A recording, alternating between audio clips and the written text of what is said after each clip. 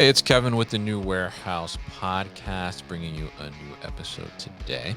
And on today's episode, I am going to be joined by Oda Bolden, who is the Director of Supply Chain Network RSD Manufacturing at Bayer Healthcare. And Oda is going to bring to us a lot of experience in the industry. And I'm really excited to tap into that and learn kind of what he's seen throughout his career and some of the specialty things that his supply chain does within Bayer as well, how they approach their distribution setup, what they do on the warehousing side. And we're also going to talk a little bit about, what he sees are some of the challenges in the warehouse part of the supply chain. And also talk a little bit about some of the labor things and how he deals with them as his own, as I'm sure a lot of us deal with in the warehousing side and what we've seen in the industry overall. So very excited to dive into this conversation and talk to Oda today. So, Oda, welcome to the show. How are you, sir? I'm good. How are you? I'm doing well, doing well. Happy to get you on and happy to hear from your side of things what warehousing and supply chain looks like these days. So why don't you kind of tell us a little bit about your background and your role too at Bayer Healthcare. Tell us a little bit about you. Sure. So, as you mentioned, I am the director of the supply chain network for RSD manufacturing. RSD stands for Radiology Sterile Disposables. Okay. It's a part of our radiology business, which falls under our pharmaceuticals umbrella. At our sites, we produce consumable products that are used for contrast enhanced diagnostic imaging, which if you've ever had one of those images, you would Mhm. probably have used one of our products. So my team supports three sites that manufacture our consumables, two here in the Pittsburgh area and one in Costa Rica. And Oh, across those sites, we share some suppliers, we try to share best practices. The role of my team is to focus on developing and implementing strategy, continuously making improvements that are key to our flexibility, our efficiency, and most of all, our optimizing our supply chain costs. mm.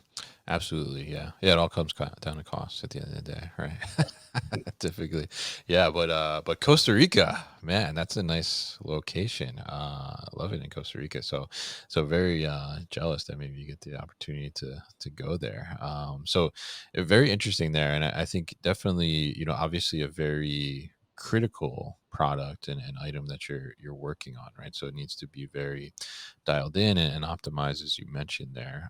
So now tell us a little bit about your kind of that distribution network setup that you have. You mentioned the three facilities there. So now are you handling all of the distribution of those items and storage of those items in house? Are you leveraging 3PLs at all? What does that look like? So I'm going to start with the support of manufacturing. From a Sure. manufacturing standpoint, we have some transportation, movement, and warehousing in house. We do use third parties for some of our transportation, particularly outside of the Pittsburgh market. When it comes to our distribution center, we have a distribution center that's operated by a large 3PL.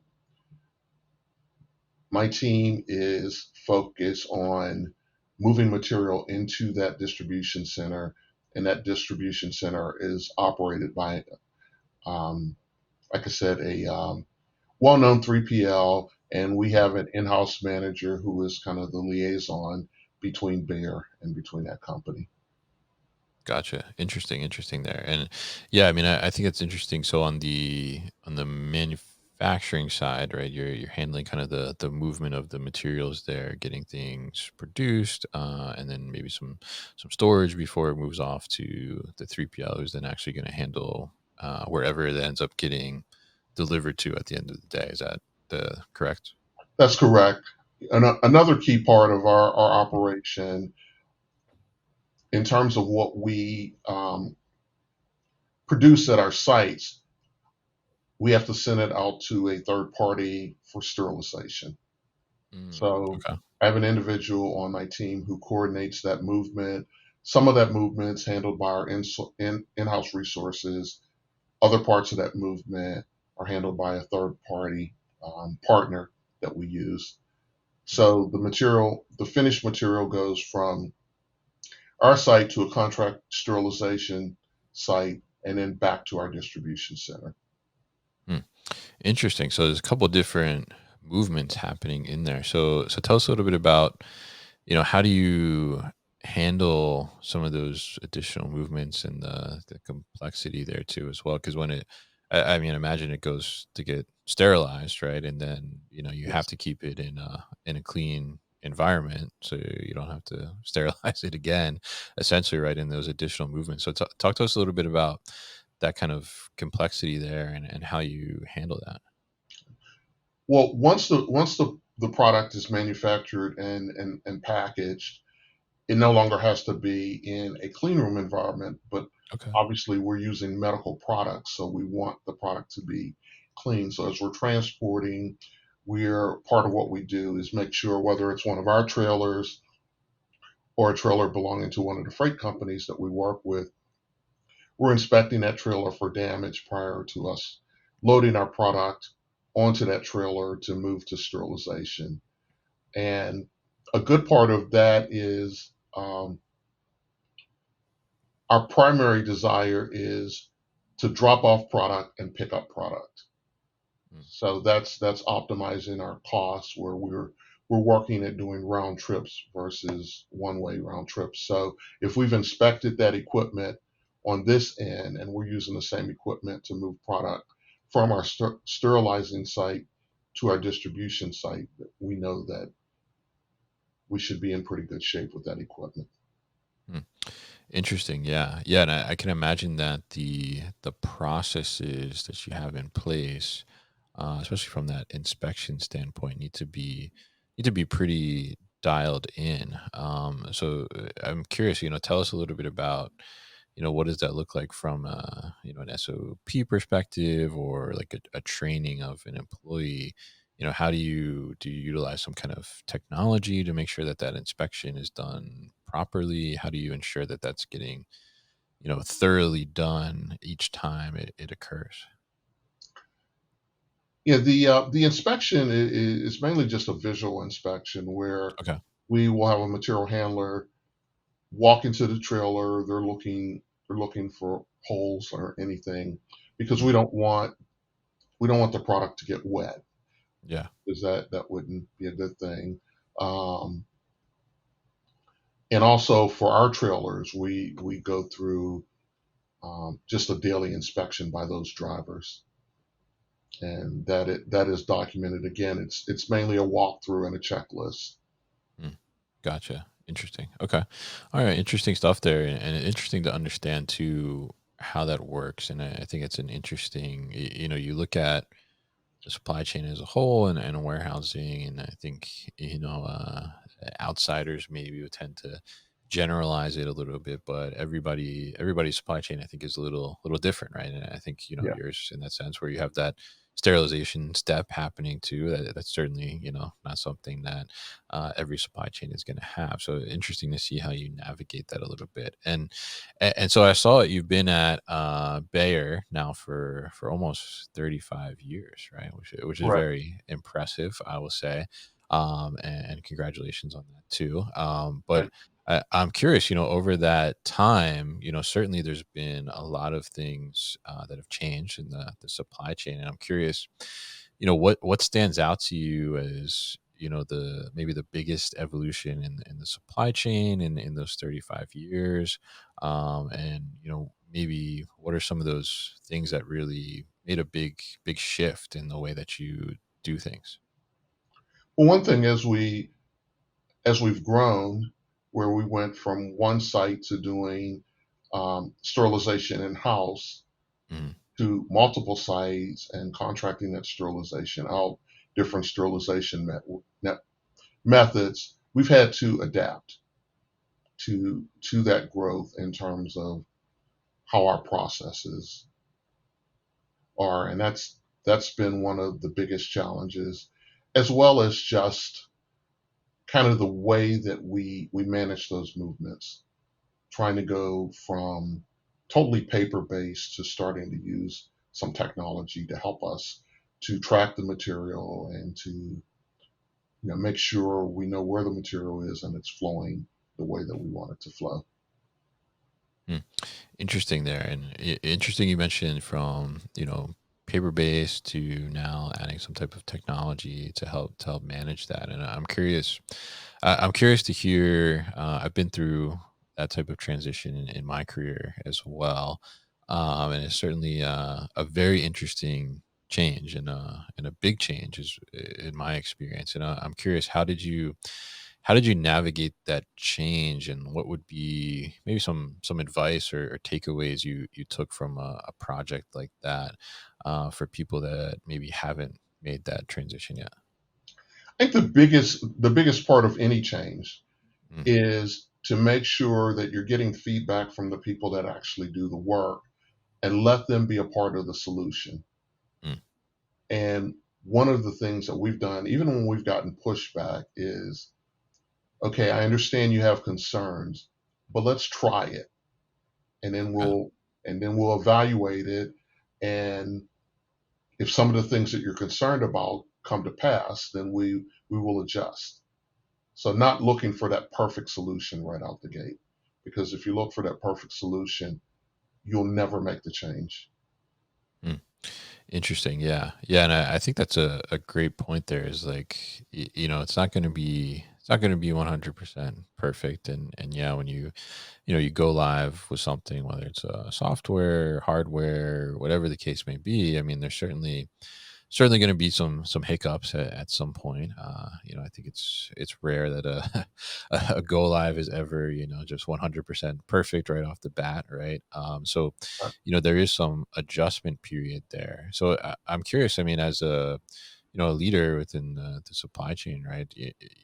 How do you recommend people make sure that they're involving those workers? Like, what's the right approach, and how do you make that a part of I guess, the culture overall, whether it's in your entire supply chain or within just your operation, whatever you're responsible for.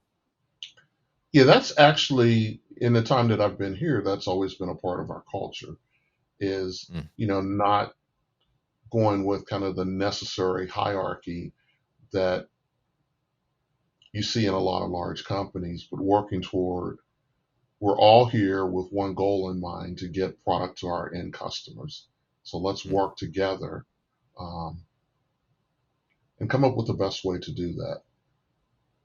mm, I think one of the biggest challenges, though, is sometimes you implement a change which may be good for one part of the business, but maybe not for another part of the business. mm, And getting that agreement that, okay, while this change might not be good for you, the next change might be. So let's focus on the end goal and not necessarily the individual goals. mm. Interesting. Yeah. Yeah. I think that's a great point too, right? I mean, because you change something and like, yeah, like we changed this, and yeah, with this department, this task they were doing, like now it's great, right? It's moving faster, or it's it's less errors, more accurate, whatever the case may be.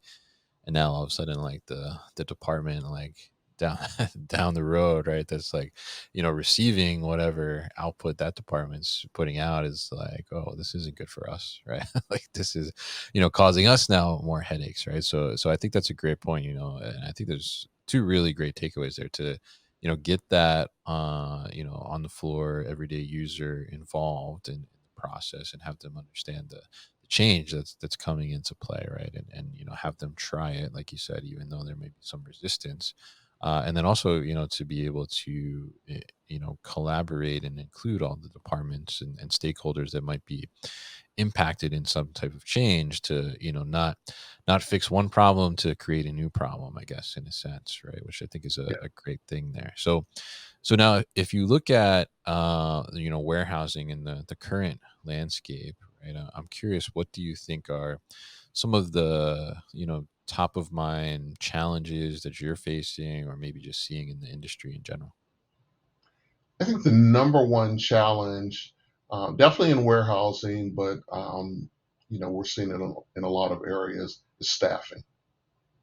Mm, It's really hard to consistently get the staffing that you need, and to get them to stay, and to challenge them, and show them that it's actually not a job, it's a career, mm. and you can grow your career. Interesting. Yeah.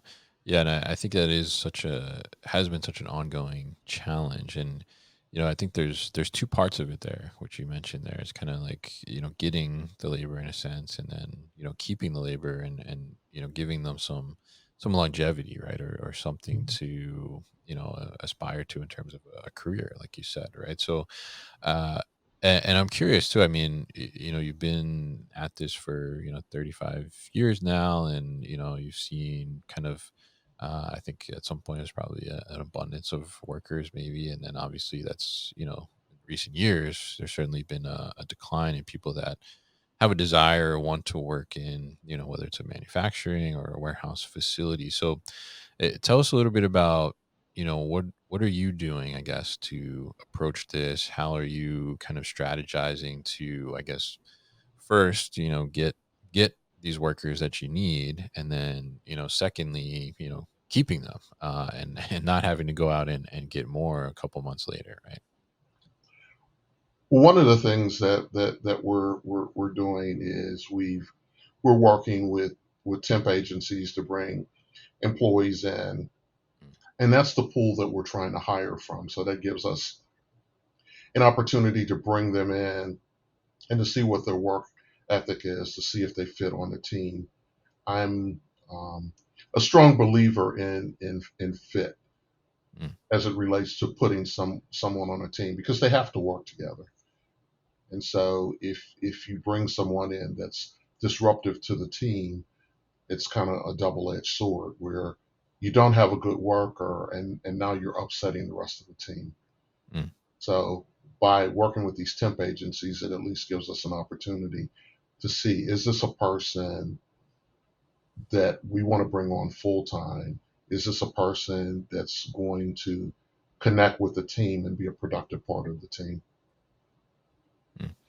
Yeah, and I think that's such a great point there, right? I mean, you bring in somebody, and now not only are they maybe not performing as you would like them to perform, but they're disruptive, and they're impacting the performance of the team as a whole, and other people don't want to work with them. They don't want to be around them. It's kind of like a little bit toxic in a sense, right? Yeah. So I'm curious on the other spectrum. Someone asked me this question last week. Actually, I'm curious your perspective here, because similar.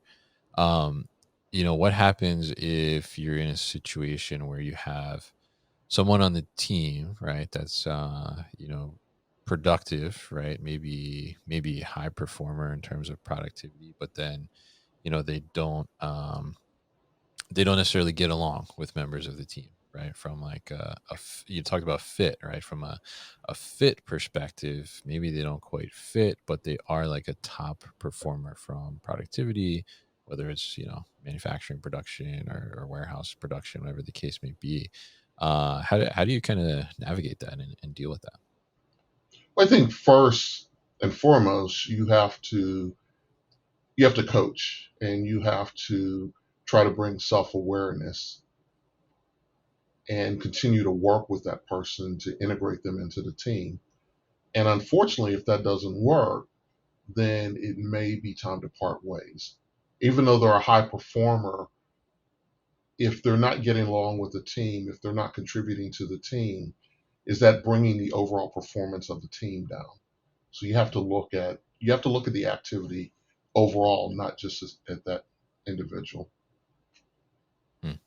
Interesting. Yeah. Yeah. I think that's a great point there. And it is challenging, right? Sometimes I think to deal with that situation, because you have, obviously you want productivity, right? You got to get the job done, right? But then, if you do have somebody that's, yeah, like they're great and they're hitting their, hourly UPH or, whatever numbers they need to hit, maybe exceeding them in some cases, right? And then you got, half the team, saying like, oh, this person rubs us the wrong way, or, they're creating issues. And, like from a personality perspective is definitely a challenging thing to do, right? So very interesting to hear your thoughts on that and your advice there as well. Now, in terms of the staffing, you mentioned you leverage temp agencies there to be able to, it sounds like kind of almost like trial out employees and see, do we want to keep them on for the long term? But what about from a technology perspective? Have you guys made any kind of investments in technology to either help, attract workers because it's a little easier to do the job, or, try to bring in technology to help get more production out of one person versus maybe two or three in a sense? We've done a little bit of both. I mean, that's an area I wish we could do more. Mm, But I also, tell the team that we may not be able to get a home run, but we could get a bunch of singles, and mm, that'll still work. An example of that is, I had mentioned we do some of our own in-house trucking, and we're relatively new to that. We're into our okay. third year, and when we started out, we were managing kind of the routes for the drivers on an Excel spreadsheet.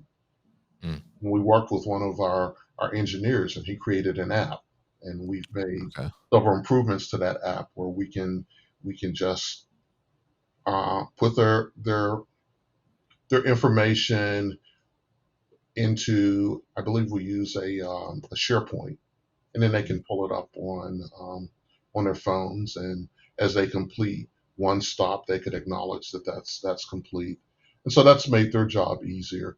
We also try to talk to them to see, okay, what other things can we do to make your job easier? mm, So we've done that. Another example, we didn't have consistency in our receiving operation where, like, we receive a lot of full truckloads of raw material, yeah. but deliveries weren't consistent. We might get 10 trucks one day and two the next day. So we implemented a dock scheduling software to get a handle on that. So we have used some technology to make the job easier, Mm. but Interesting. Yeah. really looking to do more because I think we're just touching the tip of the iceberg in terms of what could be done. And like you said, to both help the employees that we have, but also as we continue to grow, to reduce the burden of constantly being in this. We need to hire more people. We need to hire more people. Mm. Yeah, yeah, absolutely. Because I think you look at that, and I think it's interesting. It's interesting to hear from you as someone that's kind of living it day to day, and has been living it for quite some time in the same organization, and seen kind of these changes, I guess, in the workforce. I would say. I mean, because tell us a little bit because you know I so I mean I've been working in warehousing industry since like 2011, right? So I don't have as much wisdom as you will say in that case, but what we see a lot of factors I think that have gone into this labor shortage, and I've lived it as a warehouse manager and plant manager, especially during the pandemic when I was in the facility every day, trying to figure this out and trying to find workers from somewhere, right? So tell us a little bit about what did you see as kind of like the shift there, where because I imagine earlier in your career it wasn't as challenging to to get workers as it is now, probably. So tell us a little bit about, where did you see that shift kind of happen, and what do you think is really like the underlying cause of that? Yeah, I can tell you the when. It seems like Mm. during the pandemic there was a shift. The why, I think we're all still trying to figure that out. Um, Yeah, that's why and I asked you. I thought you would know. and the solution isn't pay more because everybody's doing that. Yeah. Um, so something different happened with the pandemic. Don't know what it was. Maybe it's that people found other ways to make money. Mm, Not really sure, but that's when we started to see a shift. mm. Yeah, absolutely, and same here. I mean, I think that's really when it became noticeable, and it's interesting to see too, and figure out how to navigate that. So, you mentioned you're looking at other options, other potential technology, of a desire to do more of that, to see what's out there. So, I'm curious, is there any like specific pain point right now that you're dealing with, or technology specifically that is really top of mind for you that you're trying to tackle here in the new year? One of the things, and it's could be partially a technology solution. One of the things that I like to look at, and not necessarily a formal KPI, but Mm, how many times are we touching that material from the mm, time you unload it from the truck until the time it gets to the point of use? How many times are we touching that material? And what can we do to reduce the number of times that we're touching it?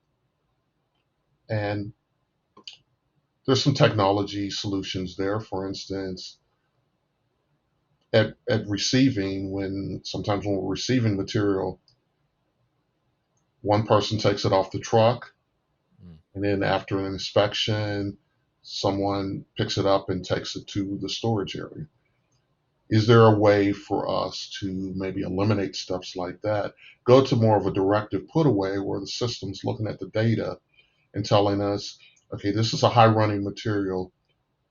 Where possible, put it at a floor level so you can easily move it. So those are some of the types of things that we're looking at now, trying to look at the things that we've learned over the last 5 to 10 years, and if we knew them 5 or 10 years ago, how would we do them differently now? And I think this whole thing of how many times you're touching the material, it's it's a productivity question, and there could be some technology solutions, but there could also be some process improvement solutions mm, that we should be looking at. mm. Interesting. Yeah. Yeah. And I think that is such a great point there about the touches, because, oftentimes when you have the human element involved, right? Sometimes there's a tendency to maybe just touch things more than is really needed, right? But when you start to bring in some technology to either put some, call it like guardrails around that, whether it's for the human operator or from an automation perspective, then you start to take away those touches, and now you start to save some seconds, and seconds turn into minutes, right? Which turn into hours, which is all cost at the end of the day, right? And I think that's how you start to begin to optimize. So I love that you're looking at those little things there, in between, and trying to figure out, like, well, how do we eliminate some of these touches, and make it more streamlined, in a sense, smarter placement, certainly, like you mentioned, putting a faster moving item on the floor versus like up high in a rack or something like that, I think is a great perspective too, as well. So really interesting to hear about your setup, and the supply chain that you're dealing with, and some of the intricacies there, as well as how you're navigating some of these labor challenges, and also looking at technology in that sense too. I'm curious from you, as we look to close out the conversation here. I want to get like one, just kind of tip from you, maybe a leadership tip from you, as you've been a leader in the space for quite some time. What would you say for, because you mentioned in there, people aren't necessarily looking at warehousing as like a potential career anymore as maybe they used to, right? So what would you give as a tip for someone that's younger in their career, looking to be a leader in warehousing, leader in supply chain, whatever the case may be? What would be like your one leadership tip for them? I think going back to something I said earlier about getting involved with the team and letting the team help to drive the strategy.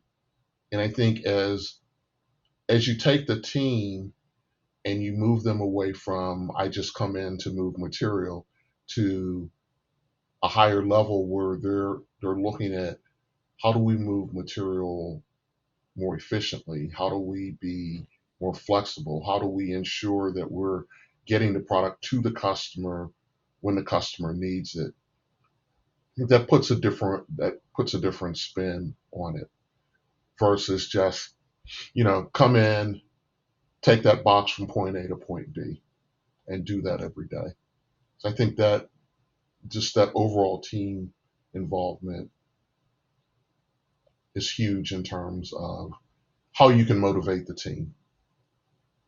Yeah, absolutely. And I think that's a great one too, is like, not just come in and this is what I need you to do, but also, come in and this is why I need you to do it and how could we do it better in your opinion, right? Like, open that forum up. And I think that's a great way to be. You get a lot of great feedback in my experience from the floor, and like, oh, could we do it this way instead, or something of that nature. And I think that's a great tip there, from you, Oda. So I really appreciate you sharing that, and definitely appreciate you coming on the show today as well, so we could Sure. tap into some of your expertise there. Now, if people are interested in maybe getting in touch with you, or learning more from you, what's the best way to do that?